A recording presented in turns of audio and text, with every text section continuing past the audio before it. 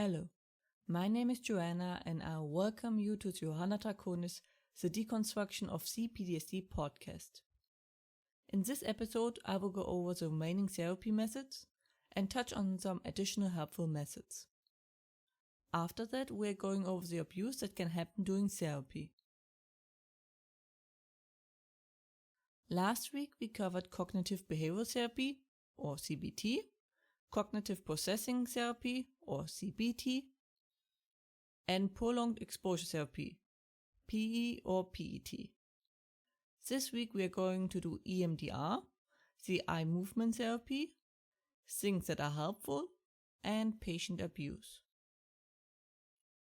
First, we start off with the EMDR, the eye movement desensitization and reprocessing therapy. This therapy is the topic right now among therapists, heralded as the solution to all, which is unfortunately not true. First off, there is no need for eye movement.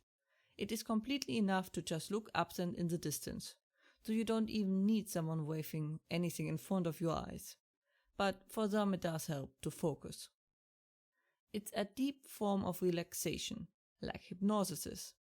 There is still a strong debate going on how it exactly works, but it seems not like the original creator thought it does. It is rather amusing. So what does the therapy do? You are basically going in direct communication with your subconsciousness, while revisiting the trauma with assistance of the therapist. So what are you doing? You are, like in a movie, walk into the memory that is a trauma, and now you can judge it with the current state of mind, without being lost to the situation. This method is beloved for a good reason. It is wonderful what it does, and is quite similar to my method, but goes for a different field of PTSD. What do I mean by that? Well, this method is excellent at correcting wrong memories. This method is extremely helpful if you can gain new insights by reliving the moment.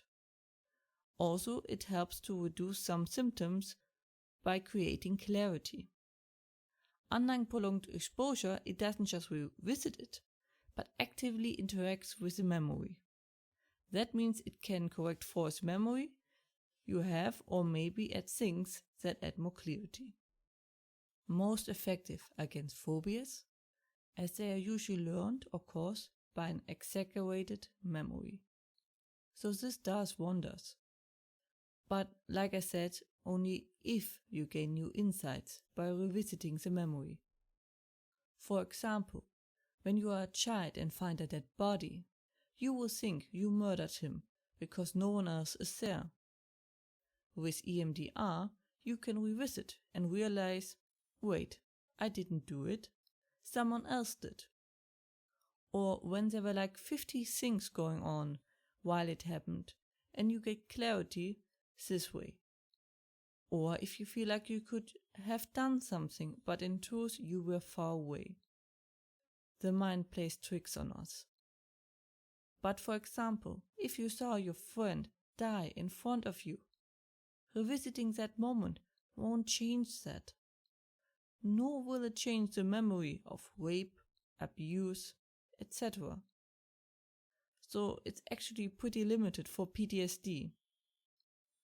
I recommend using it if there's in any way revisiting the moment with a clear mind would help you, and I do think the therapy is a step in the right direction. But sadly it isn't the solution for all cases, as many claim. Now we go to things that are helpful, but not really a therapy like the ones before, on its own, but can greatly improve your stability and quality of life. First, the group therapy. As I said in previous podcasts, we are social beings, and knowing we are not alone with something is incredibly helpful. It is so good to have someone you can talk about it, as most non-PTSD people don't really understand you, and that can make you feel even more isolated. I highly recommend it, especially if you don't have a strong PTSD support network in your social circle.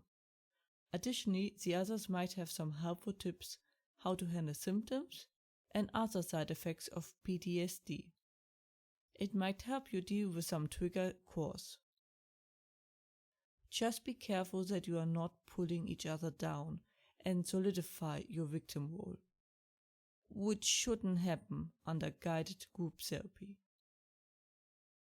Second is art therapy or music therapy. Art or music can sometimes articulate something when words fail or we don't know what to say. Art and music are a way of communication, without words obviously. Especially if you have trouble describing or pinpointing what is bothering you, this therapy can help you find the answer you might even not have been looking for. Third is food. Yes, really.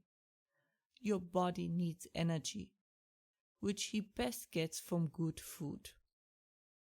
Our stomach is in some ways connected to our well-being, so good food is important, which I know is hard to make if you are in full PTSD mode. Just try to let it be as good as it can be and have a look out for it. Fourth is sleep and or relaxation. As I just mentioned, your body needs energy, so no surprise that sleeping is helpful. It is also important to learn relaxation methods. May it be yoga, progressive muscle relaxation or PMR, autogenic training, Qigong, and so much more.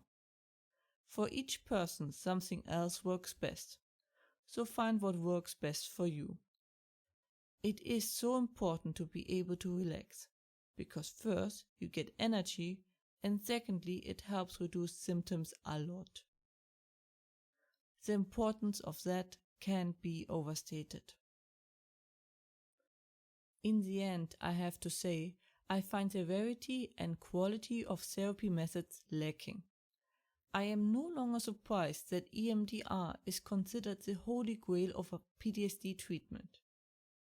It is the only one that actively interacts with the trauma and is closest to truly understanding PTSD. The understanding of PTSD was overall lacking. I never thought it would be this limited. I actually planned to do 2 more therapy methods, but found some rather fringe methods and pretty similar to the ones mentioned before, so I cut them.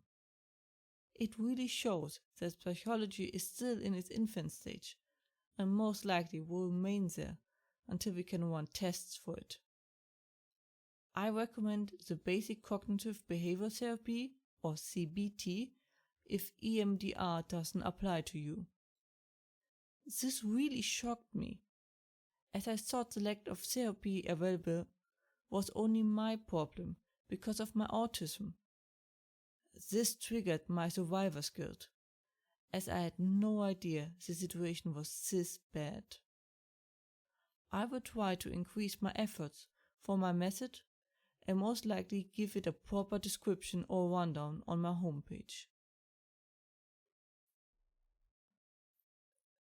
Even while I researched this episode, I found it. Some therapists claiming that if the EMDR isn't working, it is the patient's fault and that the patient doesn't want to recover. They are blaming the victim, quite literally. It is a shame that many therapists can keep their own personal view, not opinion, out of the therapy and projecting on the patient. So that is a mild form of patient abuse, which we are going to talk about now.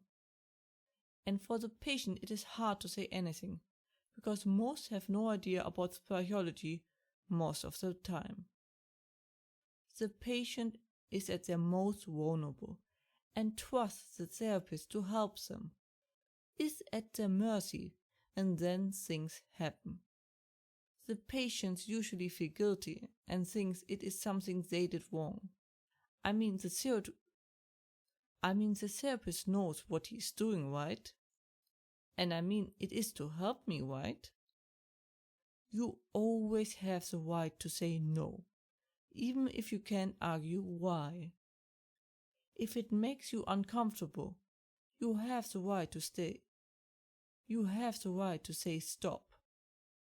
Patient abuse can go up to literally sexual abuse.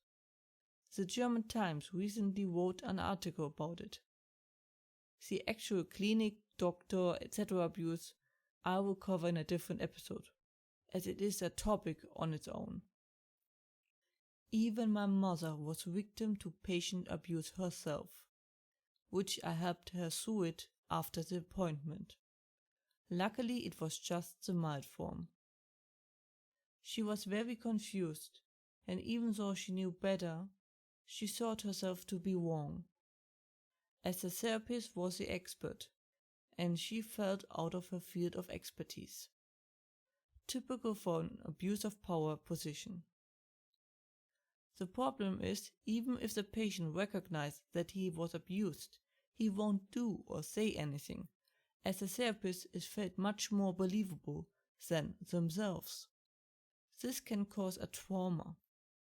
There are abusers who especially take those kind of jobs because they know their victim would never go up against them and is too helpless or weak to do so. They also have to break a wall of silence. The topic of patient abuse is very extensive, and I can go into detail if it is wished, but I feel like this would go beyond this episode. But to make a short summary, a good therapist should help build up your independence and confidence, and you should feel safe and secure with him or her. Isolating you or feeling like you need him are huge red flags, which shouldn't be ignored. Just some private words here at the end. As you know, I am an autist, a pretty strong one at that. I rated 183 of 200 points in an internet test, which needs to be taken with a grain of salt, of course, but nonetheless. I am having very strong symptoms, but I usually can manage. I was tested in the clinic, specialized as one of 6 places here in Germany, and got the confirmation. Now I fight for my handicap being recognized by the state, which they didn't give me, but instead ADD, which doesn't even count as a handicap anymore when you're an adult, and which doesn't give me access to the support I need. So I fight a lawsuit, as otherwise I am stuck with my whole life and have no chance of changing it. Which was declined this Friday, because I managed to finish school and therefore couldn't be handicapped, at least according to the consulting doctor. That I was missing literally 60% of the time and other details were naturally not asked. Good to know that my last weeks of struggle were just my imagination. Bureaucracy, the true religion of Germany. I am sorry, but in those kind of situations only gallows humor helps. I talk with my lawyer, but I don't expect any help or change soon. And that was it for today's episode. I hope it gave you some insights in the limited options you can take. Please don't hesitate to speak up if you feel like the therapist stepped out of line. He or she is only human too. If you have any questions or feedback and the like, please let me know at contactme@johannatakonis.com. More information and transcripts you can find as usually under johannatakonis.com/podcast. And links are in the description. I hope to see you next time. Watch yourself and have a wonderful time.